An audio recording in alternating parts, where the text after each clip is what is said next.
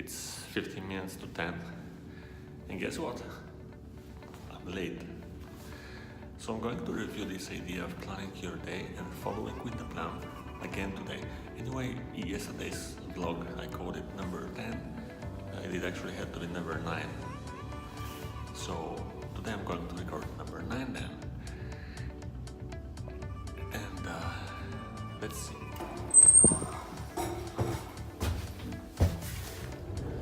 So again, after realizing that it's important to plan and follow up with your plan, again I'm late.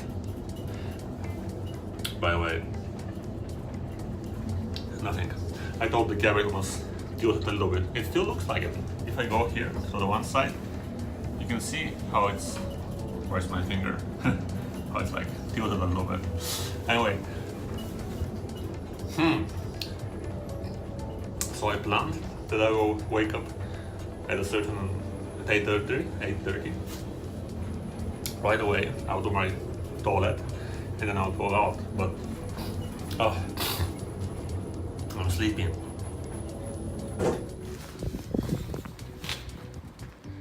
It's still winter outside.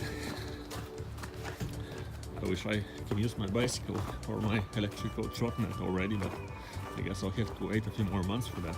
So yeah, I'm sleepy. And here's the thing. Some people, when they wake up in the morning, boom, they wake up like this. They're like spring-loaded and they start doing things. And other people, when they wake up by themselves, or even worse, so with an alarm clock, they just need a lot more time. I know this for a fact because I have friends who are like me, actually. Not easy for me to wake up in the morning. It's not that I'm lazy, it's just physical. Especially if I get woken up by my alarm clock. Oh, look at how beautiful it is. Winter morning.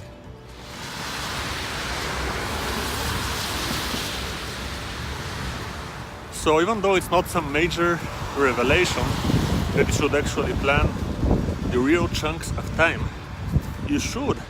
Because I think more people than we think are sometimes like me. They're like, alright, I wake up at 9:30 I'm in the shower, I'm ready, 10 o'clock I'm in the office, bam bam bam. But then they actually need chunks of time for something, like to speak to somebody or check email or randomly check something on their phone or plan something and things like this. Wow, let me show you this guy over there.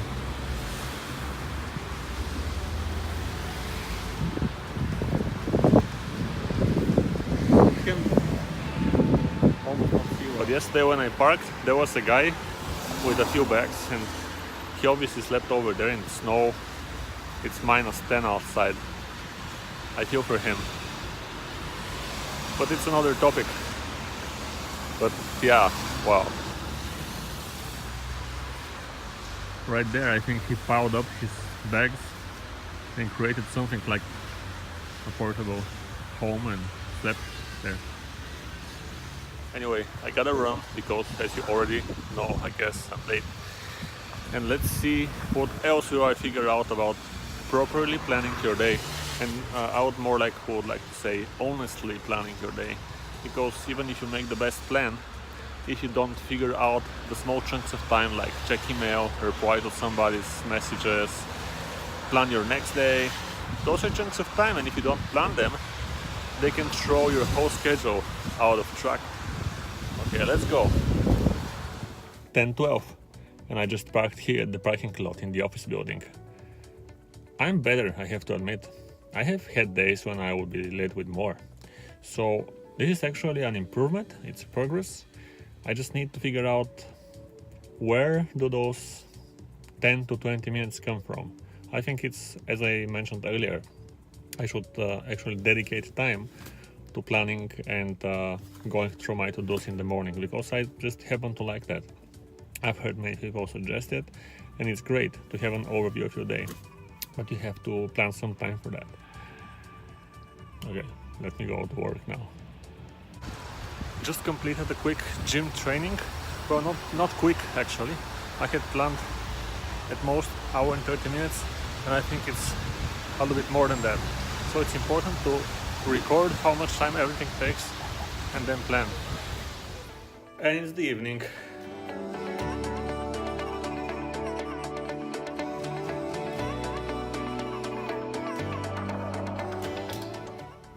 I just realized I have started more than enough videos with "so yeah." So I'll hopefully not start this one the same way. My hair is ridiculous. By now, I really believe in this idea of planning your time better. I guess I'm a little bit tired, so the words are not coming to me in the faster rate that I would like them to come over. But I did record the time that my gym training took today, and also I did record the time lunch took afterwards. So I'm having this idea now, because I've been trying to plan my time. I'm using electronic devices for the last more than 10 years, back in the days of Symbian OS and Palm OS, if you are familiar with those. If you happen to be, I was there at that time already using time management tools and calendars, and I never did well enough. And it's, I don't know if it's embarrassing to say that at least I think I'm just starting to realize why. It's because when I'm planning, I'm not planning honestly, but I'm more like setting up a challenge for myself. Like, I should stop saying like. But yeah, let's say it's a regular weekday. So I would go like I'll wake up at 8:30, and by 9 I'll be ready to go. I'll hit the job at 9:30, then I'll work, and then, by the way, after 9 hours with the lunch break, I'll go right at that moment, and then I'll go home for 20 minutes because the traffic will be better, and then I'll take a shower for 15 minutes, and so on.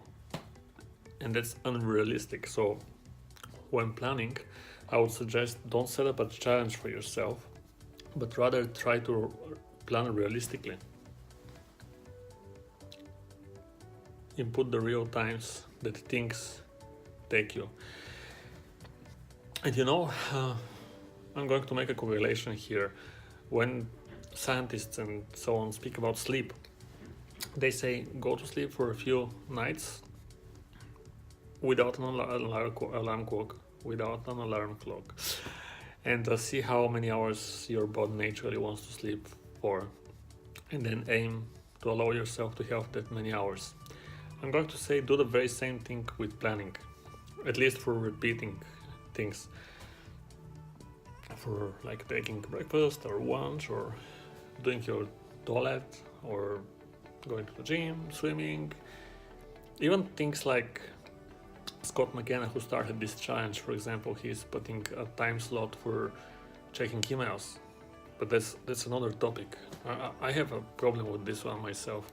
When I receive a message or email or notification, I always go there and check it right away. So it keeps distracting me, and it takes a tremendous amount of time of my day. But anyway, even for that, like for all those things, first start doing them. For example, go to the gym or go to take a lunch, or do your daily routine, like morning routine, and set a timer and see how much time it takes you to do it. And then when you're planning for the future, allow that much time. And if you want to do 10 things today, and if you put the real times of them, the real time slots, and you see you can do only 7, well, plan to do 7, because what I was trying to do, I was like, okay, I usually take a shower and wash my teeth and things like this for, let's say, 30 minutes. I'm gonna go 20 minutes or 15 minutes. I usually need 20 minutes to wake up in the morning, but I'm going to wake up right away. It usually takes me that much time to go to the office, but I'll be faster. And so I planned all those 10 things for that day, And then what happens is I'm late for all of them, nor do I complete them at all. And then I feel bad every time when I'm late, or every time when I don't do something which I had been pumped that I would do. I feel bad about it. So my ear is like, I don't know, I'm tired. But yes, plan honestly. Just those two words, plan honestly. I think it's a big one, and I think many of us, without even realizing, we're more like setting up a challenge for ourselves instead of honestly planning the things that we can do in a given time frame. What do you think about that? Let me know, and I'll see you tomorrow. Magic finger.